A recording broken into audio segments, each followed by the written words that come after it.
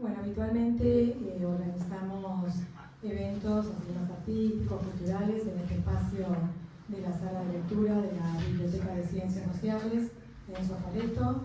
Y bueno, en esta oportunidad estamos haciendo, porque sufrió una reforma el espacio, eventos que tienen que ver más con lo literario. Ya tuvimos uno anteriormente, que fue la lectura y la presentación de unos cuentos con perspectiva de género, que era un reconocimiento llamado María Elena Walsh, que organizó el Senado de la provincia de Buenos Aires. Y en esta oportunidad están Liliana, Rubén y Alfredo, que nos van a presentar una performance en torno a las figuras de Alejandra Pizarnik y Antonín Artaud. Así que bueno, les agradecemos habernos propuesto este evento que nos anima y nos habita acá en el espacio, y bueno, estamos con mucha alegría de recibirles, como a todos ustedes, y bueno, les damos ya el espacio para dar comienzo. Muchas gracias, María Cecilia, y volvemos a pasar a sentarnos porque lo primero que vamos a hacer es una charla. ¿Está bien? Gracias.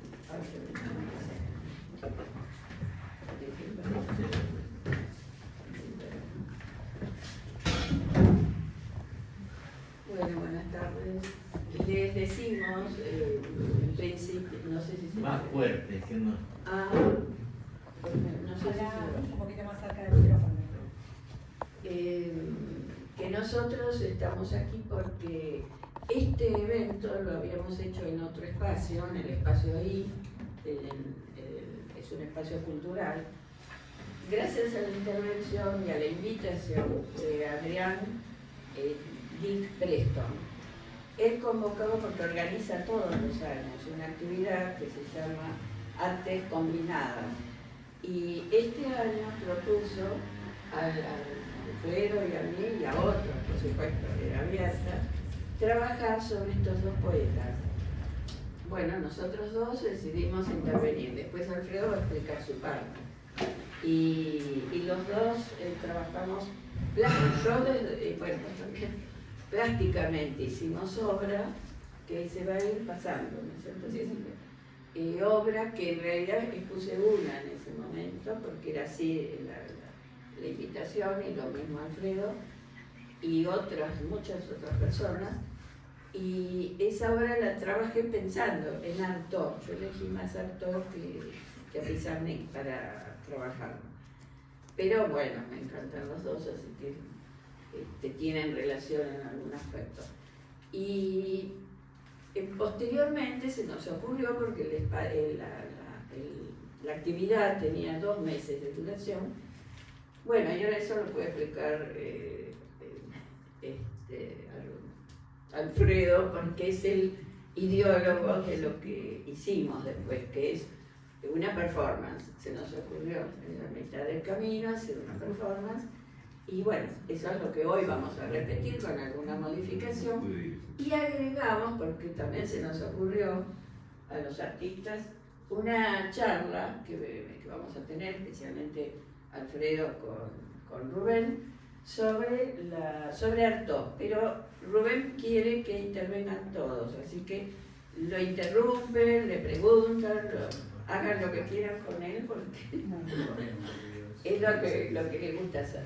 Bueno, no sé si vos querés decir algo. Sí, yo recordé que tengo cuando era joven, una relación, leí el teatro y su doble, porque era lo que había que leer en esa época, era un más. Era como correcto, políticamente correcto, leer Artaud, ¿no? Y hubo una frase una línea que me llamó mucho la atención, que decía que la cultura tendría que tener la fuerza del hambre.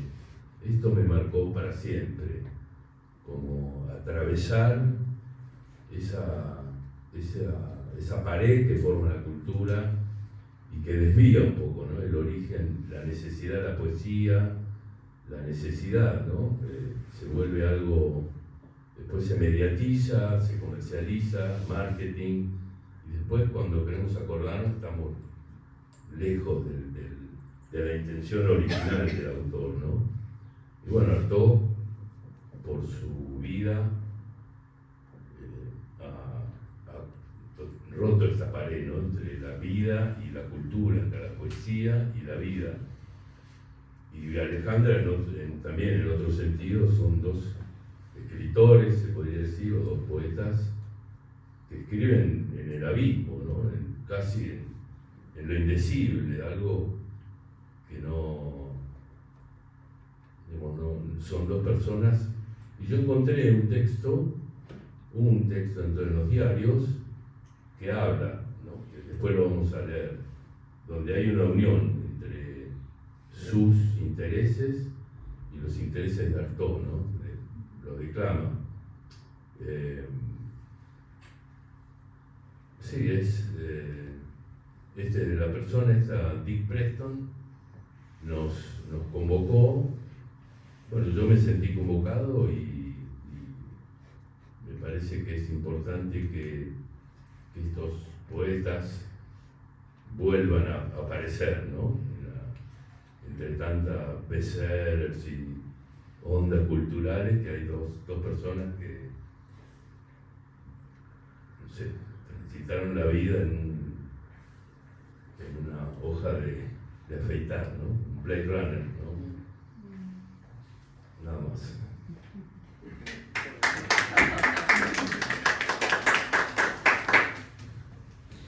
Bueno,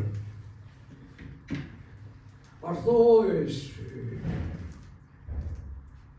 una constelación. Es imposible hablar de la obra de Artaud. ¿Se escucha? Sí. Bien. Creo que Entonces, ante eso, yo me planteé ir al hueso de la cuestión, o al núcleo duro. Es decir, hablar del teatro de la crueldad, que es lo más controversial, es decir, es aquel aspecto donde todo el mundo, es decir, es como una puerta donde todo el mundo se detiene. Es decir, allí se plantean cuestiones que no están en el ámbito de la cultura. Si la cita de Alfredo corresponde al prólogo del Teatro y su doble, en donde deja absolutamente claro la diferencia entre lo que él hace y la cultura, o el arte, como se lo considera. Es decir, el movimiento surrealista tuvo en su comienzo una posición muy dura con el campo artístico. Se planteaba, por ejemplo, renunciar a todo tipo de presentación oficial, no recibir premios del Estado ni de ninguna entidad.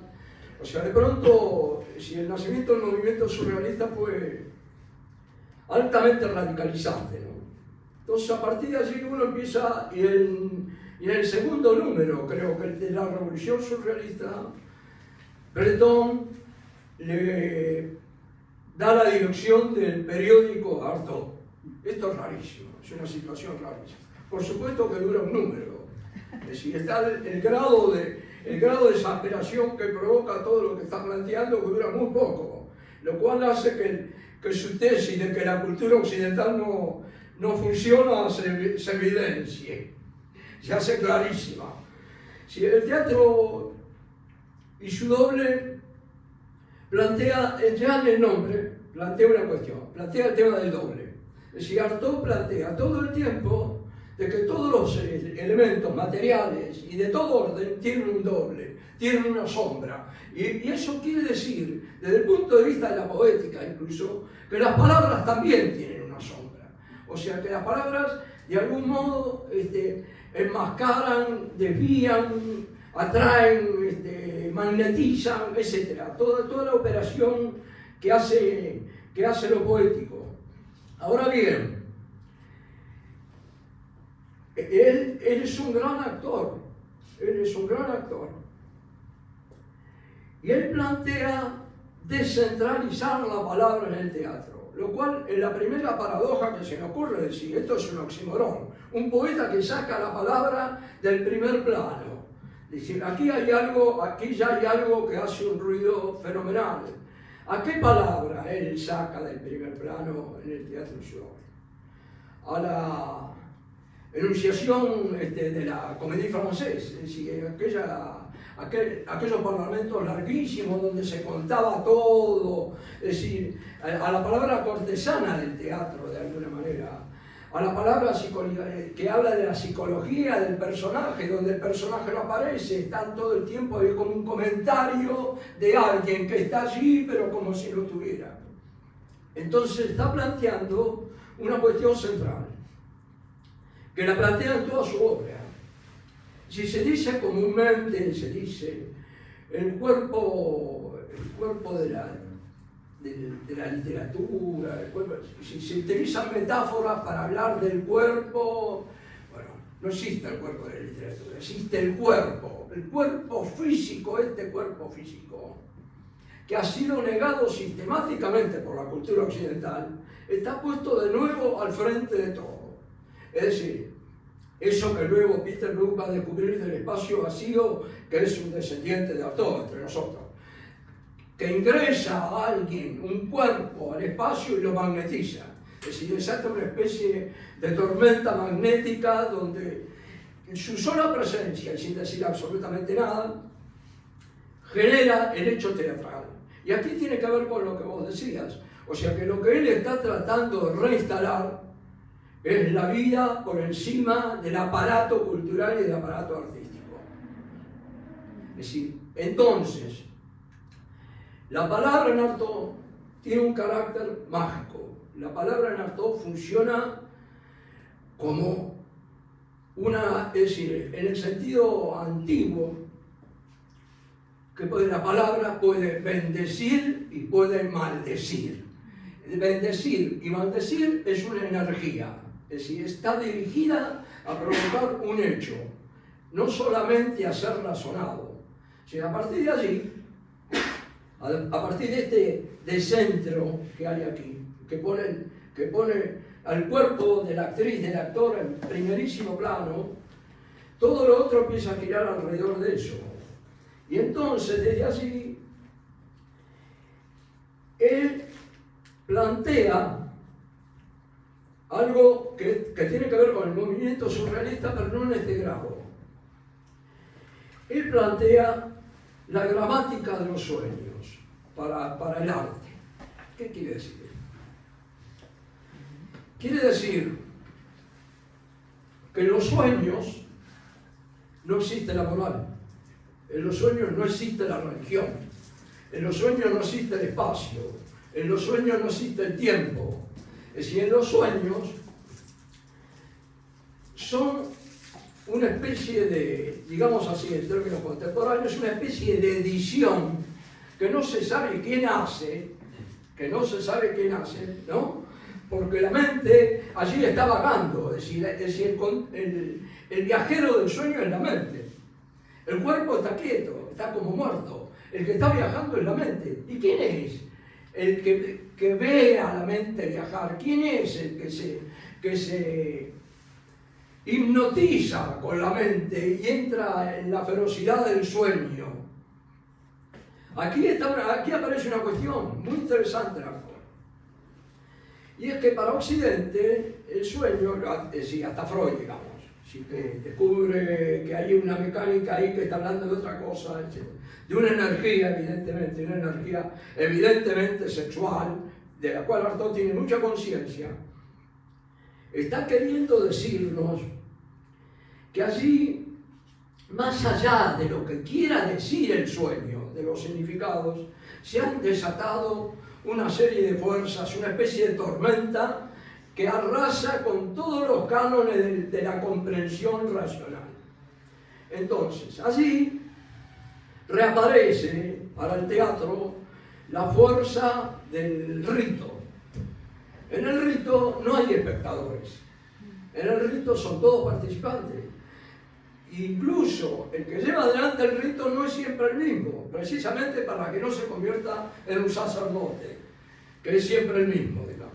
Entonces, el rito tiene algo muy importante para la concepción de Artaud, y es que no hay tiempo en el rito, no hay tiempo. El rito no es representación, la misa es una representación. ¿Se ve la diferencia? En el rito no hay representación. En el rito hay presentación, o sea, llamado a la presentación. En el rito hay mediunidad. Se llama a la entidad o lo que sea para que venga, y si verdaderamente viene, o sea, digamos el éxito de la Eucaristía, si es invocado Cristo y Cristo viene, ese es el sentido del rito. Mientras tanto, mientras no venga, es una representación. Entonces, esa energía que ingresa, que es ajena al invocador. ¿Estamos con esto? Porque si este mecanismo, esta manera de plantear las cuestiones es no psicológica. Es decir, no hay alguien que piensa, que organiza. Y entonces allí él está quitando la entronización que tenía el espectador en el teatro. Es decir, ya no organiza. ¿Qué es lo que tiene para organizar? ¿Qué tiene para organizar? Fuerzas que desconoce, imágenes que evocan su pasado remoto, que evocan a la tribu, que evocan al mundo caótico, que evocan a las fuerzas desatadas, a la belleza de los terremotos, a la belleza de los incendios espantosos, a los asesinatos que ocurren naturalmente en el sueño. Y que nadie si uno se despierta y no se siente un asesino, se despierta y sale y va a trabajar, como todos los días, digamos. Pero de pronto, ver esta diferencia hace que los temas a ser tratados tengan una total libertad y que todos los elementos de la composición, de ahí viene el tema de la crueldad, no es la crueldad como se entiende comúnmente, sino que la crueldad del sueño, lo dice claramente, lo especifica claramente. No se trata de los actos de crueldad, de sadismo, etcétera, como entendieron algunos despistados que no entendían de qué estaba hablando. Si se trata de traer esas fuerzas que se llaman telúricas, que son la fuerza de la tierra, que son la fuerza de los elementos, que son la fuerza de nuestro interior, que son la libido, etcétera. Por eso que los temas con los que se meten tienen que ver con eso. Es decir, una de las obras que lleva adelante es Los Cenci, que es un incesto feroz del padre con la hija. Entonces, aquí hay una cuestión que planteaba Alfredo, esa diferencia de la vida y la cultura. Artaud desprecia a la burguesía y todos los gustos de la burguesía y todas las organizaciones de la burguesía. Y allí Artaud se reivindica como un seguidor de Nietzsche. Digo, naturalmente, sin siquiera necesidad de citarlo. Es decir, y para mí el anclaje no está en Nietzsche, está en alguien medianamente anterior, que es el conde de Lautréamont, que es un muchachito de 19 años, sí, que escribe un libro, que lo publica con sus monedas y que el editor no lo saca, directamente lo edita y lo secuestra y no se lo da. Y no sé, en una tienda de viejos, no sé quién tiró un ejemplar, lo vendió por una moneda y alguien lo recogió y apareció los cantos del mal dolor. El conde de Lautréamont predice a Artaud. El conde de Lautréamont es una especie de precuela de Artaud. Él plantea que todas sus imágenes tienen que ver con el cuerpo físico. Entonces, durante toda la poesía, durante todo el canto, hay ataques de piojos, hay ataques de arañas, hay ataques de serpientes. Es decir, él es el primer poeta que pone como central al cuerpo físico. Es decir, los poetas hablaban del Olimpo, hablaban de la amada que nunca más volvió, etc. El conde de Lautréamont pone el cuerpo humano, esta máquina que nosotros comúnmente despreciamos, así en primerísimo plano. Entonces todos esos ataques que sufre el cuerpo físico están hablando de algún modo de este concepto de la crueldad de Artaud. Y para llevarlo adelante va a tener que apelar, él dice, va a tener que apelar al encantamiento, va a tener que apelar a esa especie de hipnosis, va a tener que apelar a pasar por arriba de la mente del espectador. En primer lugar, pasar por arriba de la mente del actor. La mente del actor es una máquina de lugares comunes. Aprende de memoria el texto, se la pasa seduciendo, es decir, su éxito significa que todo el mundo entre empáticamente con lo que está haciendo. De pronto Artaud desprecia esa situación, la desprecia, uso la palabra a propósito. Entonces la palabra en Artaud tiene una potencia verdadera, energética, mágica, y es sagrada per se. Y todo lo otro es degradación. Por eso dice, todo lo escrito es una porquería. Es decir, todo lo escrito no es sagrado, es una porquería. Porque la operación fue hecha, es decir, se dice que las acciones están precedidas por la intención. Si la intención está desviada, el resultado de la intención desviada es el hecho desviado. Y la cultura occidental tiene torcida la intención. Entonces, se hace para ser aceptado, se hace para ser bello, se hace, etc. Se hace para otra cosa que no es el hacer. Allí, esto es donde aparece la centralidad de la palabra que él tenía, que tiene como poeta, en el teatro. Y para el teatro es fundamental esta situación, porque si ustedes ven los resultados del teatro contemporáneo, van a ver allí la sombra de Artaud sobre el teatro contemporáneo. Es inconcebible, por ejemplo, la poética de Teodorov sin Artaud. Si Teodorov empieza a plantear en su poética, que es una especie de diálogo con Aristóteles, de que todos los elementos del teatro son independientes, de que la luz es independiente de la palabra, que el sonido es independiente de la luz y de la palabra, y que cada uno de esos elementos, que esa independencia genera un aspecto parcial de la totalidad. O sea, que la poética no es la palabra, la poética es la puesta en escena, son todos los elementos, donde la palabra funciona más como un sonido que como un sentido. Entonces, miren ustedes cómo se va corriendo la situación de elementos, digamos, casi primitivos, pero qué lectura. Entonces él, por supuesto que todo esto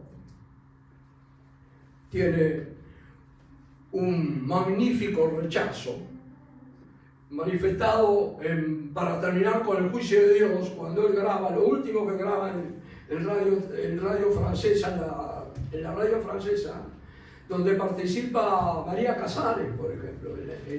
Miren el grado de compromiso que había, ¿no? Allí, él graba un texto de él, donde mete sonidos, ruidos, etc. Es decir, las cosas que se le ocurren en el momento. Y luego, la radio nacional lo prohíbe, directamente. No lo edita, no lo manda al aire.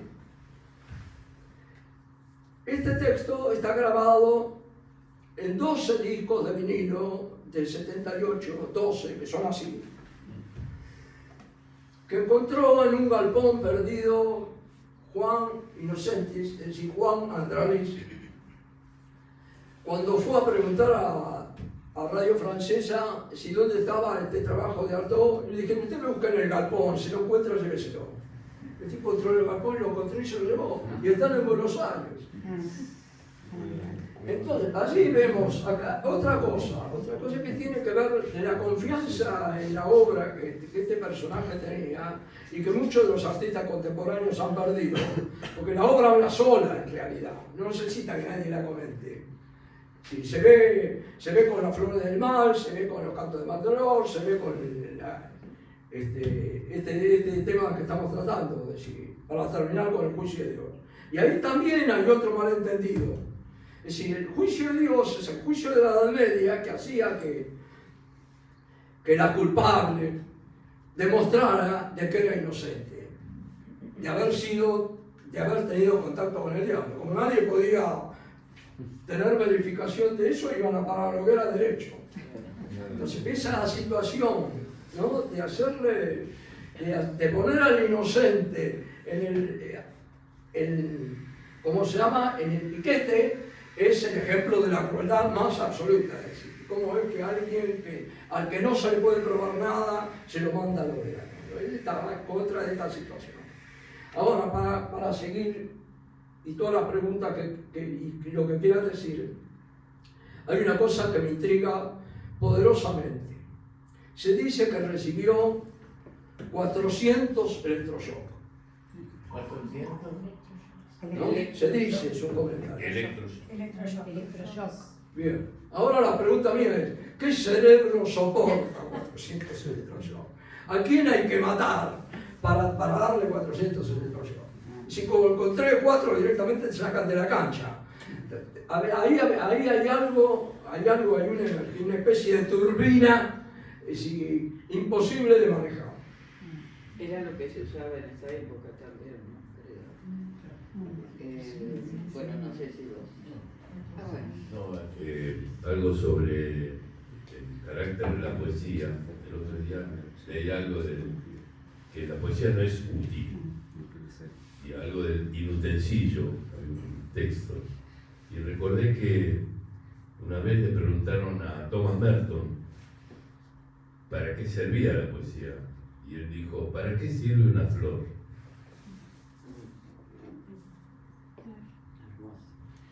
¿Alguien quiere hacer alguna pregunta? Porque nuestro amigo que... O disentir, no O necesariamente disentir. preguntar. Cualquiera puede decir lo que quiera. Disentir. Pensaba en lo que Le vos... alcanzás el micrófono. ¿Algún otro? ¿Hay acá? Simplemente una asociación que tuve con que escuché, digamos, el movimiento surrealista está muy relacionado con la aparición del descubrimiento, entre comillas, del inconsciente, ¿no? Y Freud habla en relación a los sueños de la otra escena, de que en el sueño se presenta en lo que él llama esa otra escena, ¿no? Y bueno, que es común, digamos, es un texto, pero que es un texto jeroglífico que hay que interpretar, o que está para interpretar o está para ser leído de otra manera, pero bueno, era algo que se me ocurrió. Bueno, ¿le querés hacer la pregunta concreta o no? Creo que asoció con la ella otra. hizo una asociación, sí, con el inconsciente y el surrealismo. Y como Artaud está imbuido en esta teoría, y él vivió ese periodo del movimiento que estaba en vigencia. Pero, la otra escena, ¿no? El título bueno. de... Sí, a ver. ¿qué No, que le señalaras esa cuestión que señala Freud de la otra escena, ¿no? La Del otra sueño. escena, exacto. No sé si... Volviendo al punto, Bandorol dice, no entre a este libro, no venga a leer este libro. Advierte al lector, es decir, el otro monte, es decir, el cual vio un océano en el río de la Plata, ¿no? Él advierte que no ingresen a leer los cantos de Bandorol. Y en mi caso particular, yo a los actores les digo que no ingresen a la concepción del teatro de Artaud, porque les va a incendiar el teatro. El teatro que ustedes tienen concebido, la carrerita, toda esa historieta, se la va a destruir directamente, ¿no? Entonces, porque va a desatar fuerzas que están en contra del modo de enseñanza. Si, por ejemplo, vamos a dar ejemplo, ¿de dónde sale todo esto? Porque parece una alucinación, pero no tiene nada de alucinación. Es decir, en la esencia del teatro, sí, en la tragedia, en primer lugar, la tragedia tenía 3 pasos, es decir, tres obras pequeñas que era la tragedia, y tenía una comedia de sátiros, siempre. Y que de alguna manera la presencia de los sátiros, ¿no?, que tiene que ver con el origen de la tragedia, ya que Dionisios, o como quiera que se nombre, que viene del oriente, según él lo dice claramente, es criado por las Ménades, es decir, por ninfas del bosque, que son sus madres sustitutas. O sea que ese poder del bosque, ese poder de la naturaleza, ingresa a la ciudad. Y eso es el teatro.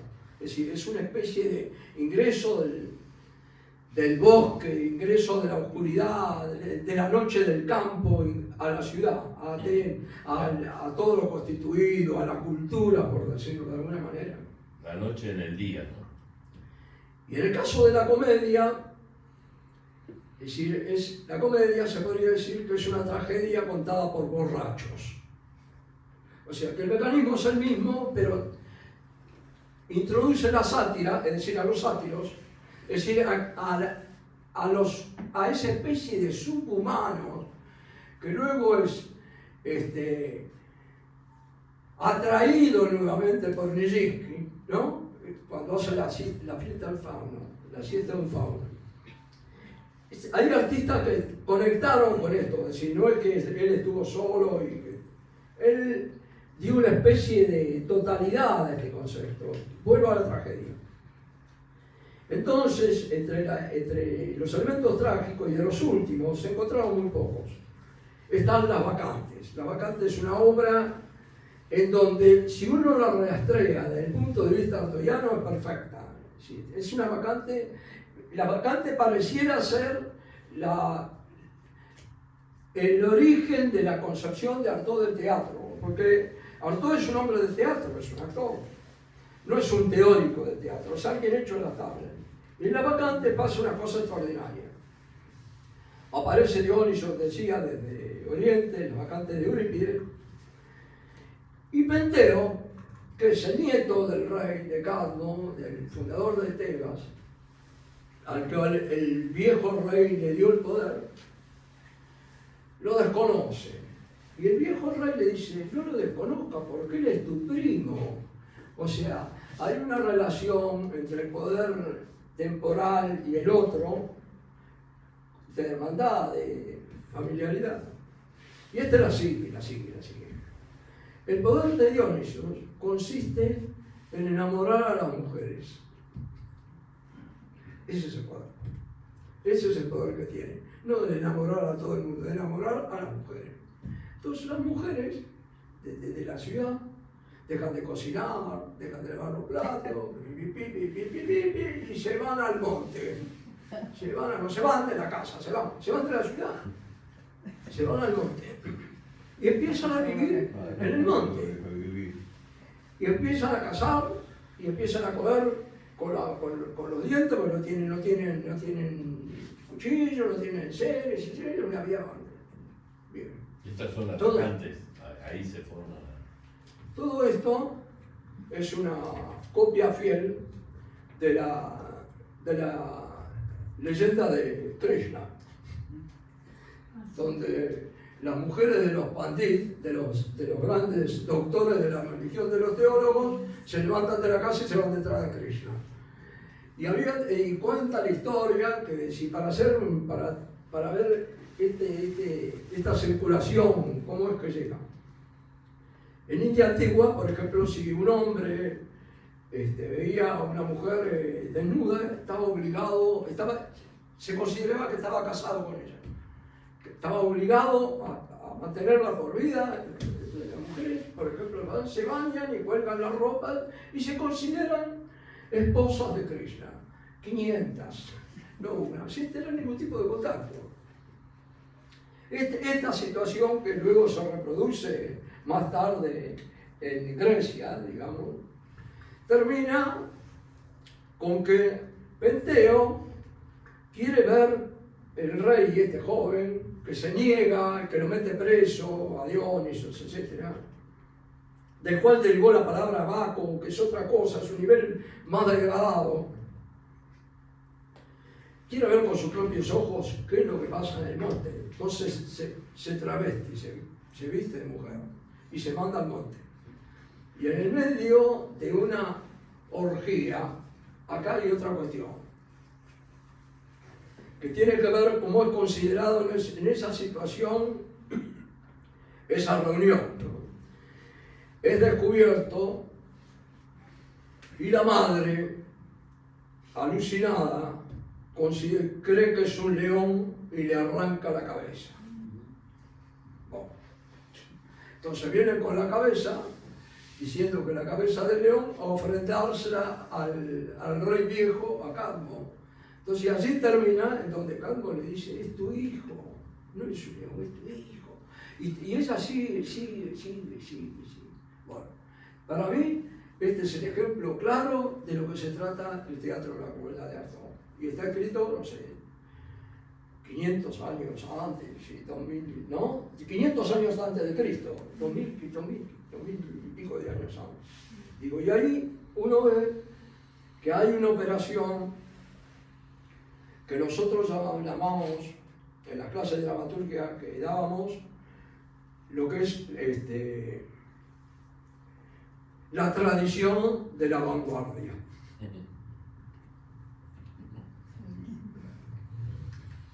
Bueno, no sé si alguien quiere continuar con este tema o si quiere hacer una pregunta distinta sobre el teatro de la crueldad. Yo quería saber si tiene algún tipo de relación con el teatro o no, el teatro de la crueldad. Con el teatro no, si tiene alguna relación el teatro de la crueldad con el teatro del no. Ya. ¿Cómo? Hay un artículo en el Teatro W, uno de los artículos que se llama el Teatro de Bali. Cuando él ve una compañía de Bali en París por primera vez.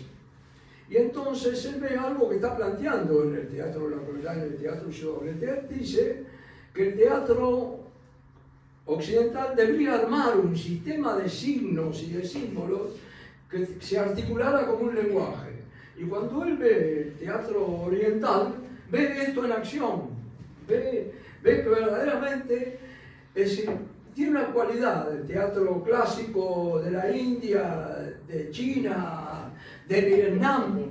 De Vietnam hay un teatro de títeres que se hace en el agua, se hace dentro de una pileta. Y todo lo que ocurre es si los actores agitan el agua, hay tempestades que la hacen con la manita. Si todo el mundo y todo el tema, a diferencia del teatro occidental, que busca lo novedoso, el teatro oriental, el público sabe de qué están hablando. El público va a ver versiones, no va a ver la novedad. Va a ver, y el teatro griego también, porque el teatro griego se expresaba en las Olimpiadas. Nosotros conocemos 3 autores, habría miles, porque y además por el mismo tema. Por ejemplo, Edipo, existe un Edipo de Quiro, si todos se escribían sobre Edipo, todos se escribían sobre Homero, sobre la Ilíada, digamos, prácticamente. Entonces, yendo al punto, todos se escribían sobre lo mismo. Y la gente iba a ver la versión, iba a ver qué novedad había en eso, que era común a todos.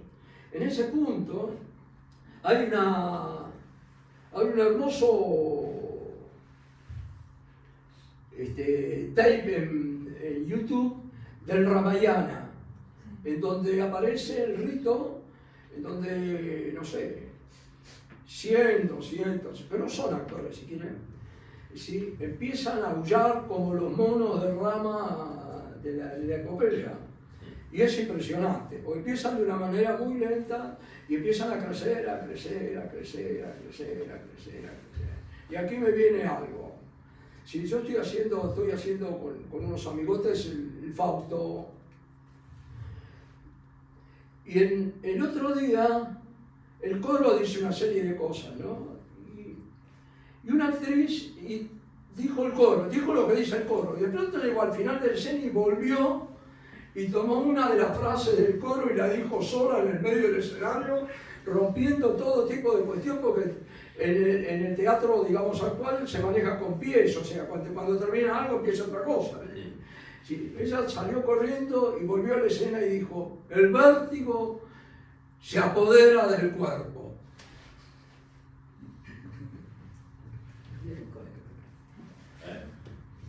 Recuerdo que hablando de esta unidad entre la vida y el teatro, en el teatro no, es larguísimo, dura 4 horas, y la gente va, sale, entra, va a comer, trae comida, o sea, está integrado justamente. Creo que en los griegos también había como las obras duraban 4 horas, era como parte de la vida, no era teatro, era un lugar donde ocurría otra cosa, otra escena, pero estaba integrado, como saben la versión, van a ver esta versión, pero no están pendientes del argumento, digamos. Miran qué sucede, ¿no? Cómo está interpretado eso que ya es conocido. Interesante también esa ruptura entre la cultura y la vida. O sea, están comiendo y mirando, ¿no? Hay, por ejemplo, en el teatro oriental,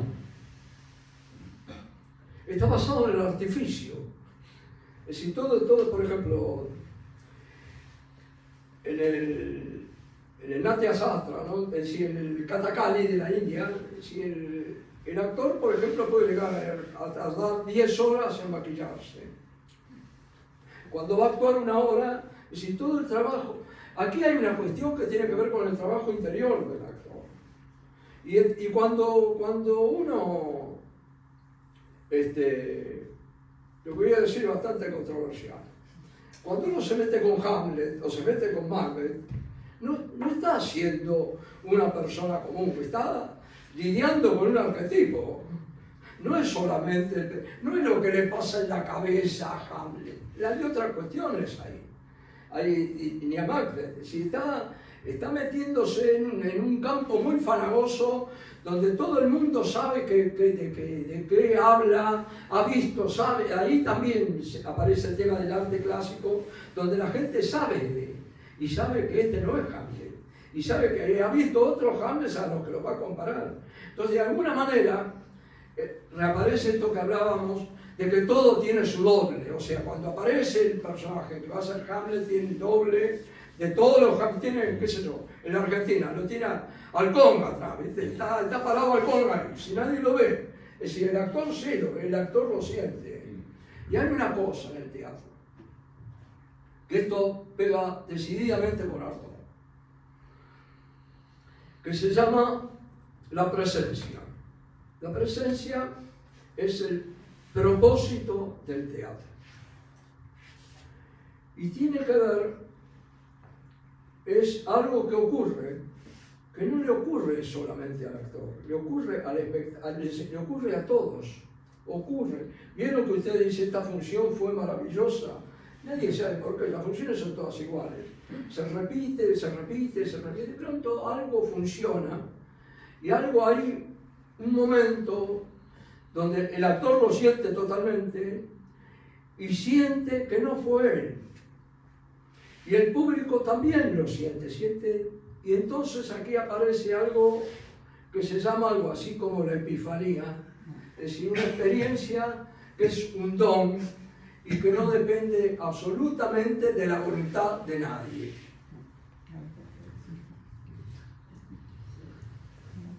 Sí, nos ocurre pocas veces. Quería decir algo, Mónica. Sí. ¿Lo hacen así? No. Dale, sí. Ya, Mónica. No, gracias. No tengo, si no me escucha. Bueno, se echó atrás. Lo que dije ya Lo dije. ¿Querés agregar algo más? ¿Alguien quiere agregar algo más? Sí, ¿no?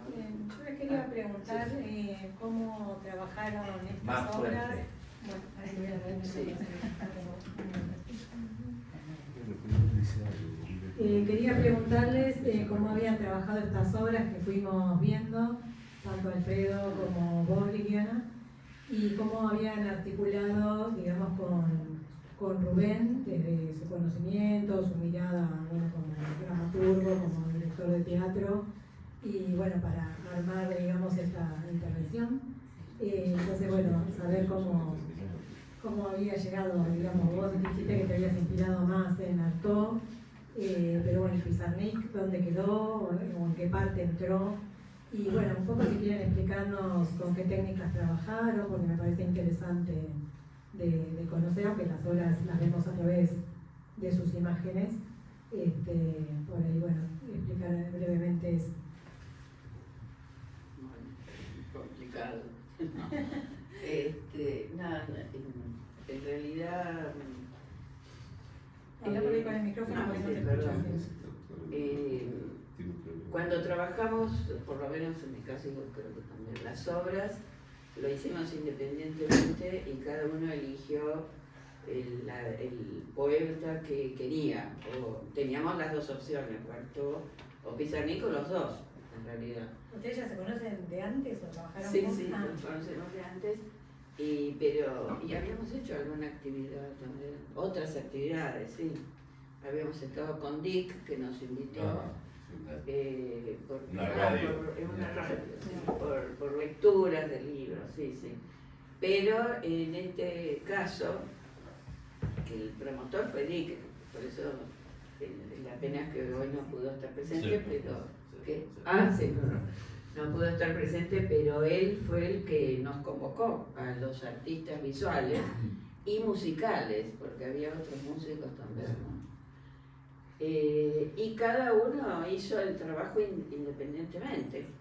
Yo trabajé independientemente de Alfredo para el tema de Artaud, pero los dos sí, al hablar sobre el tema coincidíamos en que elegíamos Artaud.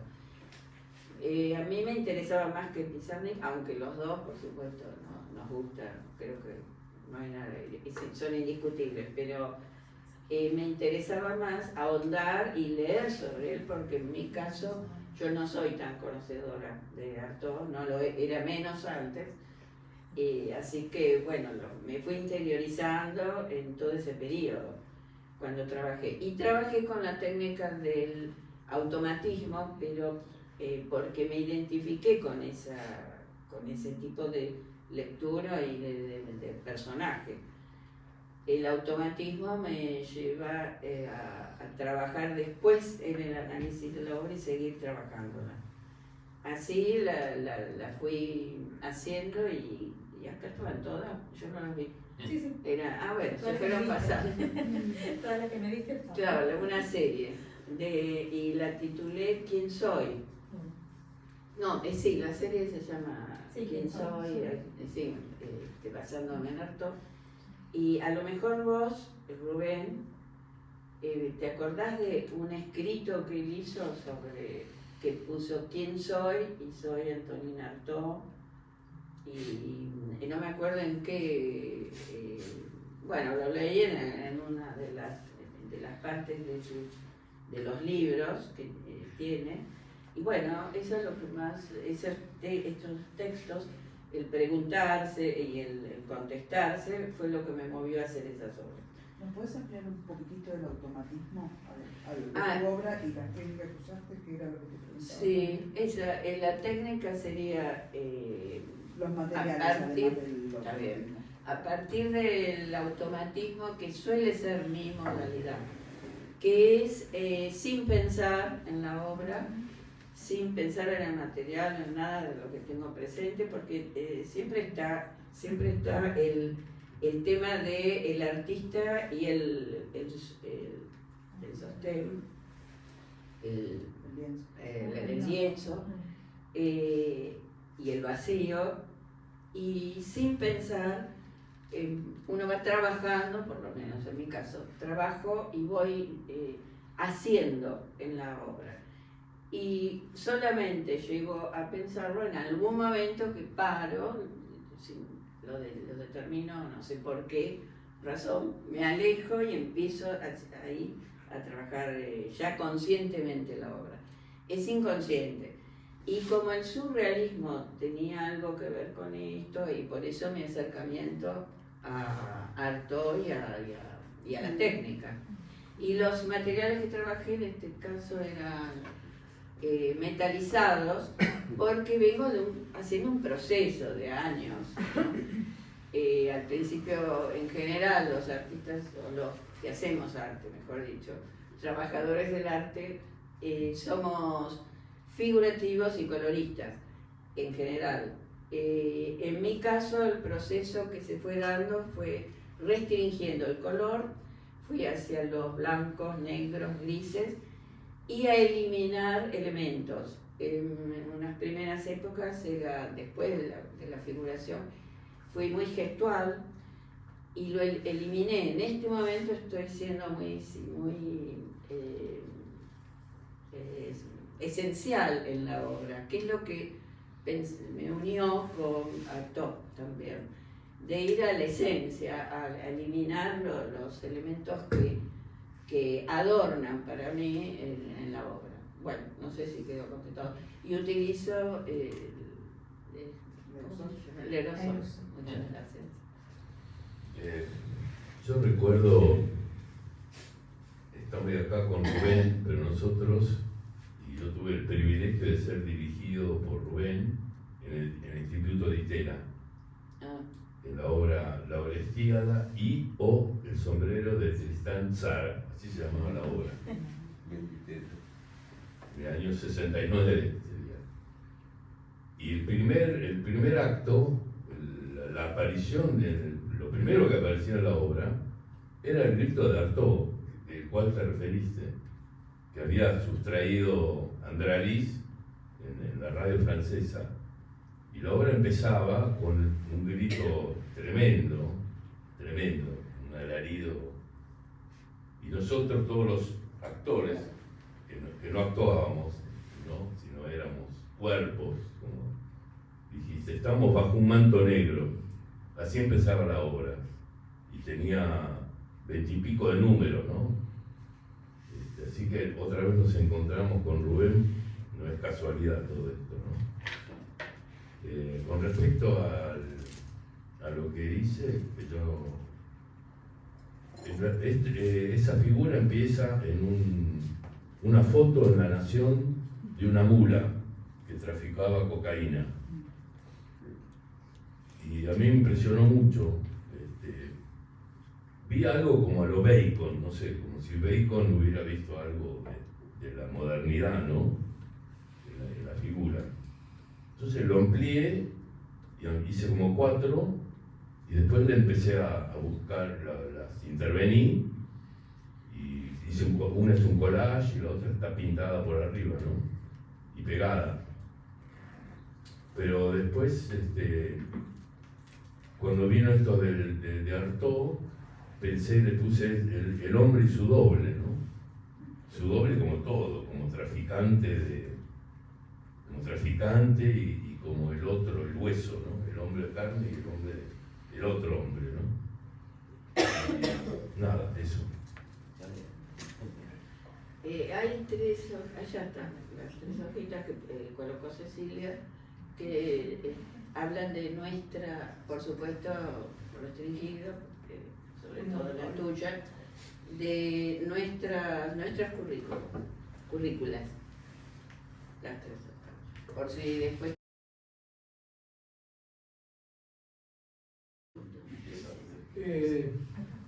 Música, teatro, mucha actividad artística, variada. Hay algo últimamente que me da vueltas, ¿no? Que tiene que ver con lo que pasa absolutamente hoy, es decir, con la inteligencia artificial. Vamos a meternos de verdad. Y es que el cerebro conoce lo que se llama la realidad a través de los sentidos. Y cuando los sentidos no actúen más, ¿a través de qué va a conocer la realidad del cerebro? Porque la información va a suplantar al contacto físico. Y aquí hay una cuestión gravísima que tiene que ver con el desalojo de Eros, del mundo real. Es decir, aquello que tiene que ver con la sensibilidad, Pedro que dibuja todo el día, etc. Ese goce de la materia haciendo aparecer la imagen, esto, es decir, ese trabajo de descubrimiento se va a convertir en un hecho digital, es decir, mental y no físico. Y aquí volvemos al punto de lo que estamos hablando. ¿Por qué ¿Por qué reponer como central el cuerpo del actor en la escena? ¿Por qué reponer como central el uso de los sentidos, la ampliación de los sentidos y no la negación de los sentidos? ¿Por qué reivindicar la memoria propia, absolutamente subjetiva, aquella que no tiene la menor explicación como base de la operación poética y no la información tapándola con millones de datos, esta nueva religión que se está generando, donde se da por cierto el caos de la información?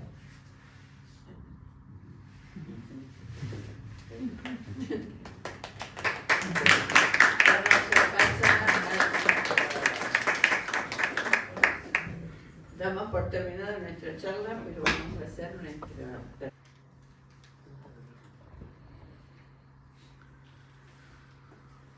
Algo caía en el silencio, un sonido de mi cuerpo. Mi última palabra fue yo, pero me refería al alba luminosa. Una muñeca de huesos de pájaro conduce los perros perfumados de mis propias palabras que me vuelven. Pequeños cantos de Alejandra Pizarnik.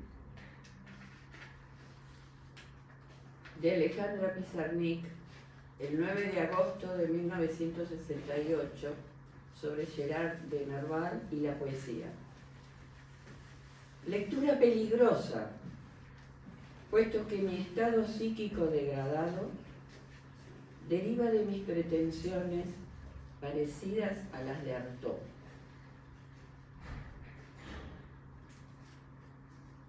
Carta a Georges Le Breton desde Rodez, 7 de marzo de 1946. Dice Artaud: todos los versos han sido escritos para ser oídos en primer lugar, concretados por la aguda plenitud de las voces, y no se trata siquiera que su música los ilumine y que entonces puedan hablar a través de las modulaciones simples de sonido y sonido a sonido. Porque un verso auténtico solamente puede alcanzar un sentido fuera de la página impresa o escrita. Y es necesario el espacio del aliento entre la fuga de todas las palabras. Las palabras huyen de la página y se elevan. 30 de septiembre de 1943, desde Rodez. Como un poeta que espera mucho tiempo que las palabras digan todo lo que tienen que decir antes de ponerse a domesticarlas él mismo. Carta de Jean Paulhan, 30 de septiembre de 1943. Lo que queda del infinito en el lenguaje no es más que un recuerdo del verbo de Dios, que algunos grandes místicos y rarísimos grandes poetas captaron. Del teatro y los dioses. Escribir es impedir al espíritu que se agite en medio de las formas como una vasta respiración, pues la escritura fija al espíritu y lo cristaliza en una forma, y de la forma nace la idolatría. El verdadero teatro, como la cultura, jamás ha sido escrito. El teatro es un arte del espacio, y solamente pensando sobre los 4 puntos del espacio puede tocar la vida. Al ocupar el espacio, persigue a la vida y la hace salir de su madriguera.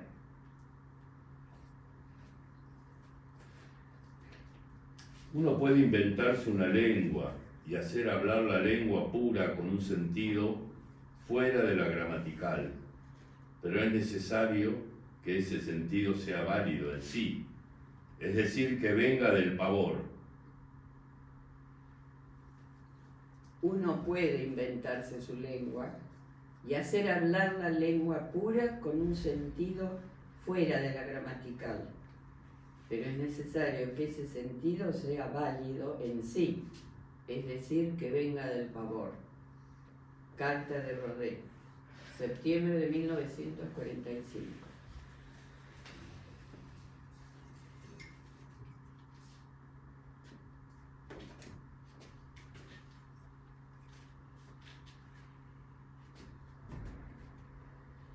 Atara, tatara, rana, Rutara, ratara, ratara. ratara, cana, Tatara, cana, tatara, rana. Otara, otara. curbura, keina, Otara, curbura, utara, curbura, ratara, curbata, ratara, curbata, keina. antipestantum, utara, ortura, Antipestantum, putara. onara, ¿Ves? curbura, curbura, curbura, Curvata, curvata, keina. Pesti, antipestatum, ortura, putara, ortura, cofona, cofona, cofona, ortura, antipestatum.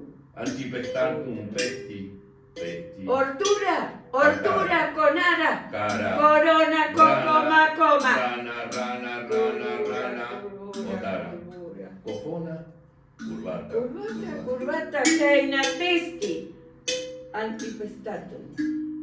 Putara. curvara, curvara, Pes, curvata, antipestatum. Putra. ratara, ratara, ratara, ratara, Rutara. Ratara, tatara, otara, ratara, portura, cofona. cacana, cofona, cofona, curvara, Curvura, keina, curvata. Pest, portura, conara.